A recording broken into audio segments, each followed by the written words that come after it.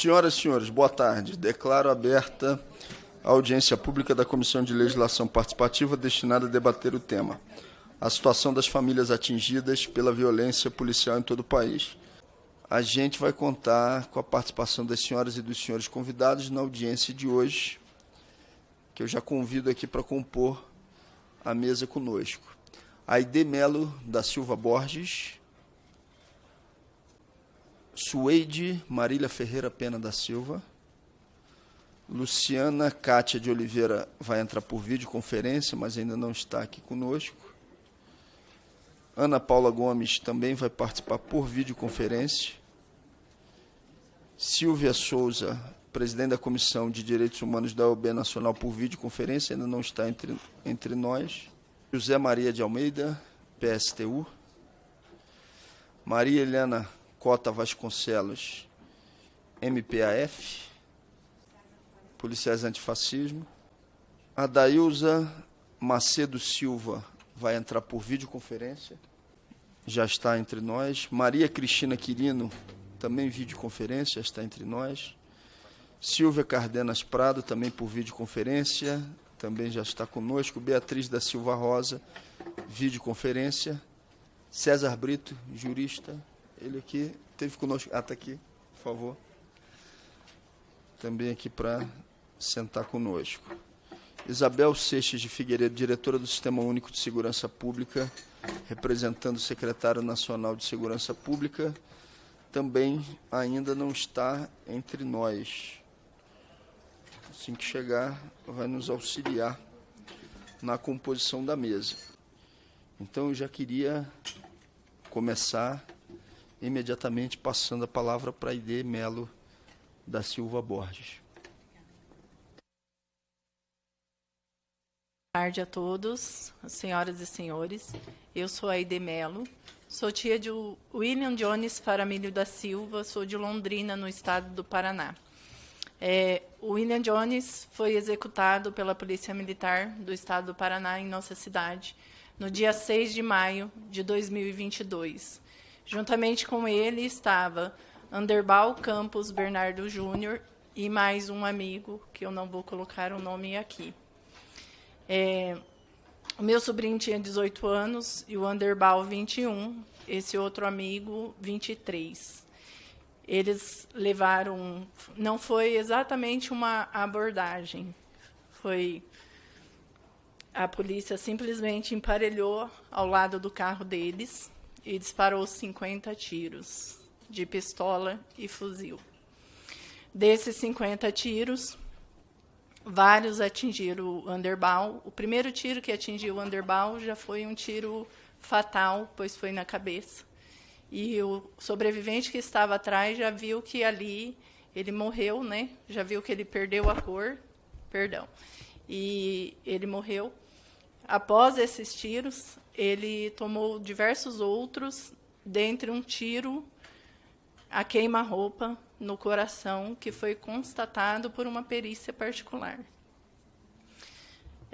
Apesar da polícia alegar, como ela sempre faz, que houve um confronto, nós temos a convicção e as evidências que ocorreram 2 execuções e uma tentativa de homicídio naquela data.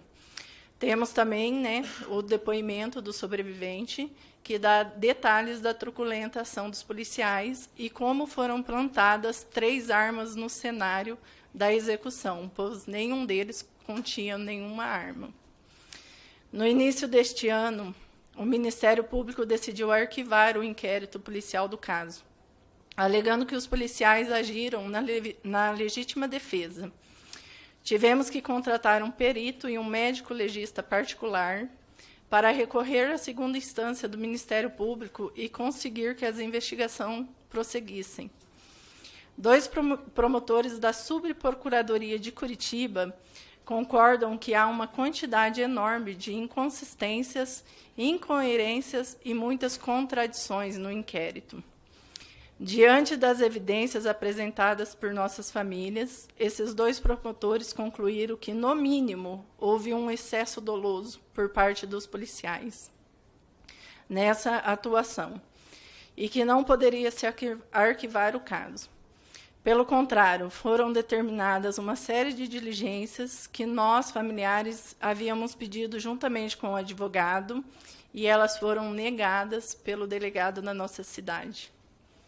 A nossa luta, ela é uma luta muito grande, e é uma luta contra o Estado que é muito árdua. Eu sempre falo isso para todas as famílias. É uma luta que demanda principalmente um equilíbrio emocional, porque, além de todas as manhãs nós levantarmos, ao abrir os olhos e vermos que nós não temos mais os nossos entes queridos, a gente tem que viver todos os dias provando o que eles eram. Porque eu convivi 18 anos com meu sobrinho, eu conheci a índole dele, e eu não acredito no que a polícia fala, no que eles colocam na mídia, né? Além disso, a gente tem que ter tempo e dinheiro. O Estado vem, mata um filho seu, ele sequer reconhece o crime que cometeu, quem dirá ter uma reparação contra isso, né? Uma reparação que eu digo é mais o reconhecimento, porque os nossos não vão voltar, né? Jamais. Nós morremos juntos com os nossos familiares naquele dia. E eles são apenas jovens, né? Não são apenas eles que são executados, nós somos executados todos os dias, e é muito doloroso. Por isso que a maioria das famílias que tem seus filhos mortos pela polícia não tem não tem como lutar por isso, né? A maioria das famílias são famílias de periferias, né? Trabalham para levar o pão de cada dia e não conseguem ter os recursos apropriados, né, para poder provar a inocência dos seus. Esse foi um dos motivos pelo qual criamos o grupo Justiça por Almas, Mães de Luta em Luta, o qual estou representando neste momento. O nosso movimento reúne familiares de jovens mortos pela Força de Segurança no Paraná, que não são poucos, porque a Polícia Militar Paranaense mata e muito. No período de 2017 a 2022, a letalidade cresceu ano a ano, saindo de 276 para 488 casos no estado. É um aumento de 77%. Em 2022, a nossa polícia do estado do Paraná matou mais do que a polícia paulista, que é uma cidade que tem uma população 4 vezes maiores do que a nossa cidade. E no ano passado, depois do GAECO ter feito algumas apreensões e denúncias de agente em nossa cidade, e tanto no estado, houve uma queda nos casos, de 28% em comparação a 2022.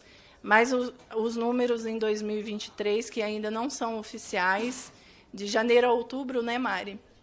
De 2024, são maiores do que de janeiro a outubro de 2023. Essas informações ainda não são oficiais, divulgadas pelo GAECO, mas é um levantamento que foi feito através de uma rede de jornalismo em nossa cidade, e eles já têm esses números, né? Neste ano, nós, familiares do Justiça por Almas, já participamos de diversos outros velórios de vítimas, inclusive no começo do ano, lá em nossa cidade, teve uma chacina com 7 vítimas dentro de uma casa, todas juntas. A gravidade da situação é comprovada pela Defensoria Pública do Paraná, que em 2021 estudou 302 mortes ocorridas por ações da Força de Segurança. Apesar do discurso oficial que a polícia só mata bandido perigoso, menos da metade desse caso eram de pessoas condenadas ou que tinham algum tipo de passagem por qualquer crime cometido. E o pior, 38 delas que não tinham nenhum tipo de passagem, né? Nós vivemos sob a influência de uma cultura corporativa autoritária, e esse discurso oficial, sustentado anos a fio pela grande mídia, de que legítima defesa enaltece ao arrepio da Constituição e da lei, o combate ao crime por meio de uma política de extermínio, cujo alvo preferencial é a população preta, negra e previamente conhecida.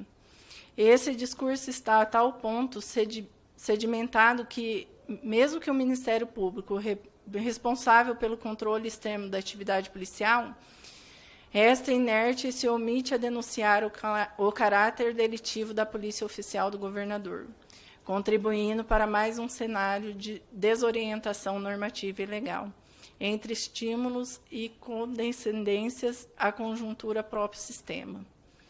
Entre outros objetivos, o nosso movimento visa chamar a atenção da sociedade para a gravidade do problema.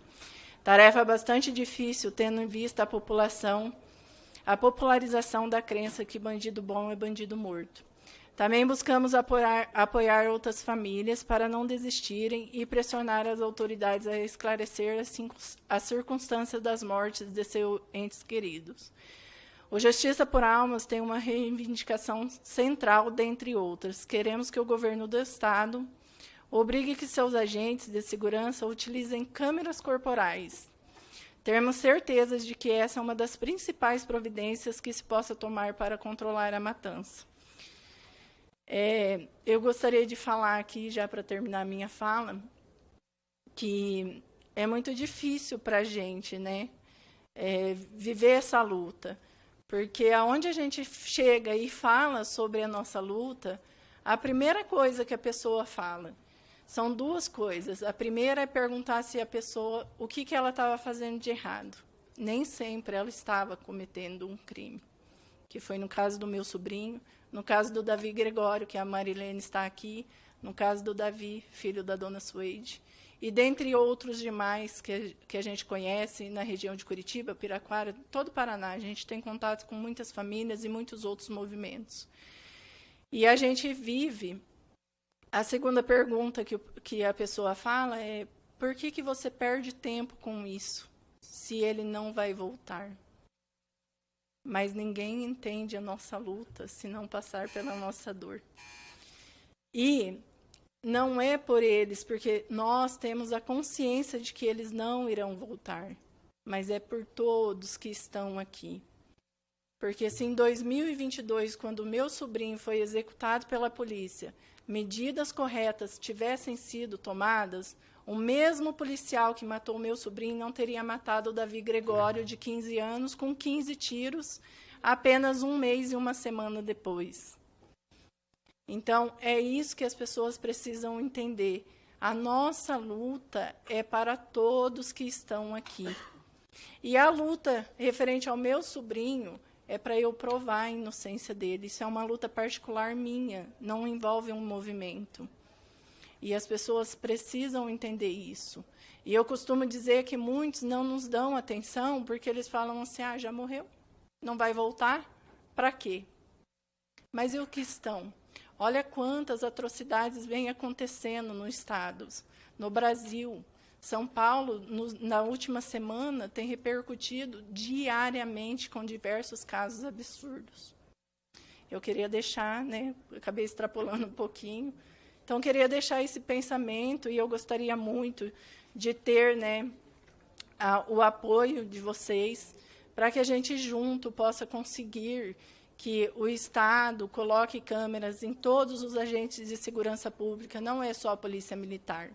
É polícia penal, é polícia civil, é polícia rodoviária, porque a câmera não vai proteger somente nós, cidadãos, mas também vai proteger o policial, porque a gente tem ciência, sim, de que que o policial sai à rua correndo risco de vida.